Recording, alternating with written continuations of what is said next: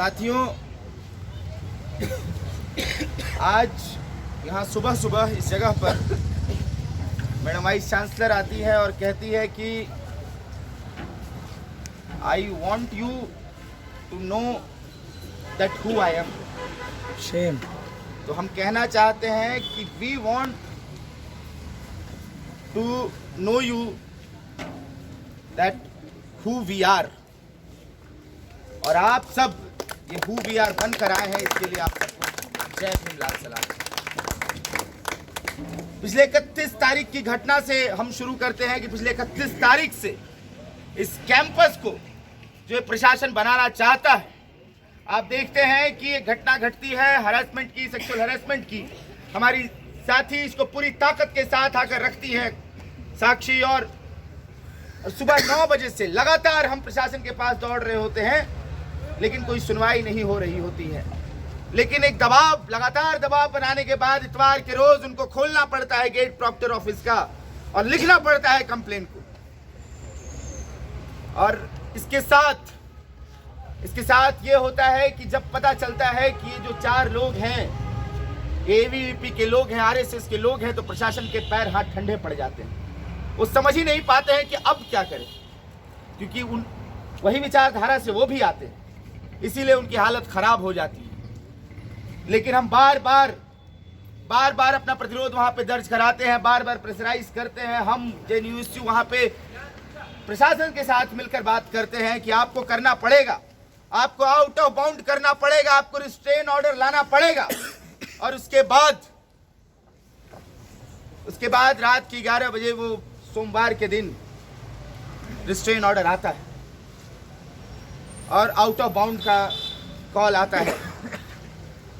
तो हमारी तरफ से एक दबाव हम बार बार मना रहे हैं, लेकिन वाइस चांसलर, लेकिन प्रशासन वो मान चुका है कि इस कैंपस को उसको बेहतर नहीं करना है।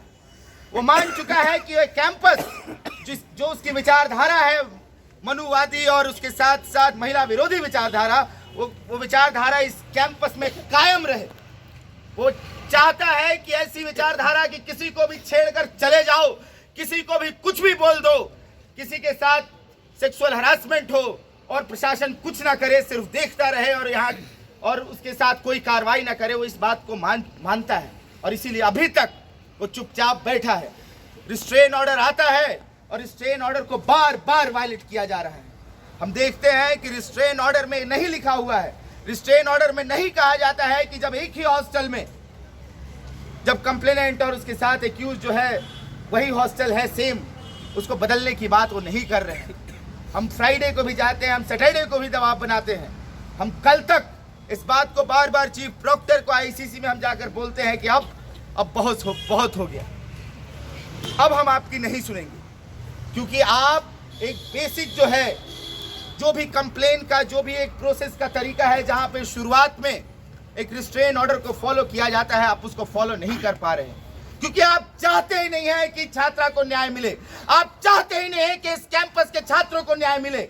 आप चाहते नहीं है कि इस कैंपस को सुरक्षित बनाया जाए। आप चाहते हैं सिर्फ इतना कि एबीवीपी के जो गुंडे हैं, जो लफंगे हैं, वो आराम से चल सके इस कैंपस में, आराम से ऐसी घटनाएं कर सके और लोगों को छेड़ सके। आप यही चाहते हैं और आपके खिलाफ जेएनयूएसयू, आपके खिलाफ इस कैंपस का तमाम छात्र खड़ा है और बोल रहा है।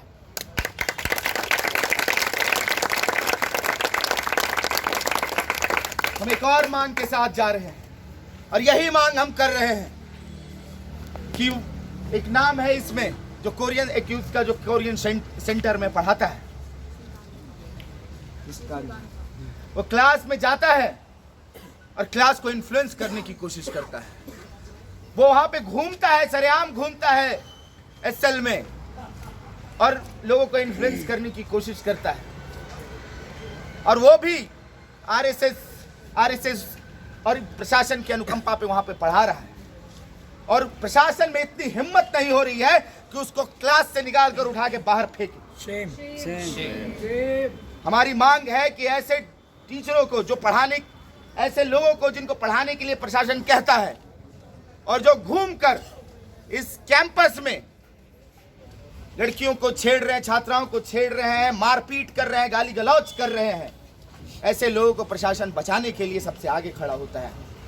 और ऐसी प्रशासन को हम ये कह देना चाहते हैं, मैडम वाइस चांसलर को ये कह देना चाहते हैं, इस चीफ प्रॉक्टर को कह देना चाहते हैं, आईसीसी को कह देना चाहते हैं कि हम इस कैंपस में ऐसा होने नहीं देंगे। हम आज इस मार्च को लेकर आए हैं, हम इस मार्च को लेकर आए हैं कहने के लिए भी कि अब आपका समय खत्म हुआ।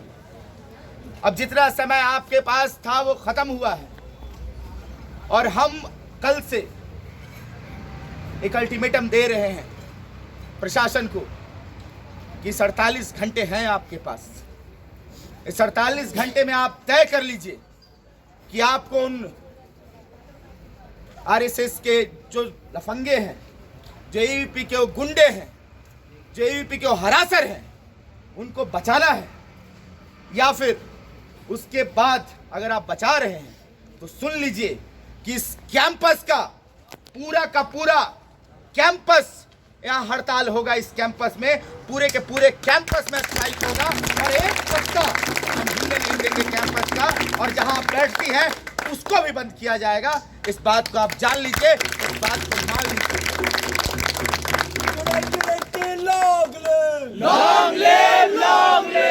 लेकिन इसके साथ हम ये भी कह रहे हैं कि कल से हम एक नए मोड में जा रहे हैं।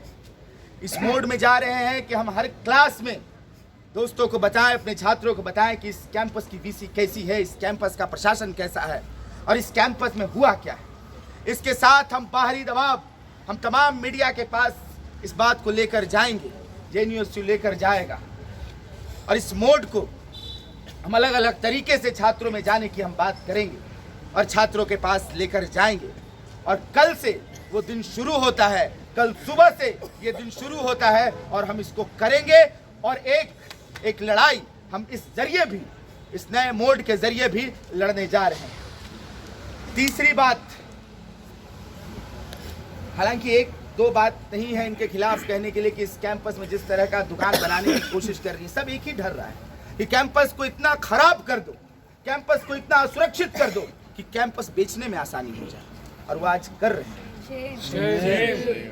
आज वैसी फिल्म शूटिंग की यहाँ पे अनुमति दिए हैं और उसके लिए भी हम कह के आए थे कि शूटिंग तो हम नहीं होने देंगे। कल भी हमने एक पिकेटिंग किया था और एक पिकेटिंग आज भी करेंगे और यहीं से जाएंगे कि जहाँ शूटिंग हो रही है वहीं पे छात्रों की पिकेटिंग होगी, वहीं पे हम पीसफुल पिकेटिंग करेंगे और वहीं पे हम प्रशासन पे मजबूर करेंगे कि ऐसी फिल्म को, कोई भी फिल्म, कोई भी कमर्शियल चीज, कोई भी बेचने वाली चीज, कोई भी ऐसी चीज जो इस कैंपस को दुकान बनाएगी, हम इसको होने नहीं देंगे। और इन दोनों लड़ाइयों के साथ और इस कैंपस को बचाने की लड़ाई के साथ जेएनयू आप सबके साथ खड़ा है और खड़ा रहेगा। शुक्रिया। इनकलाब जिंदाबाद।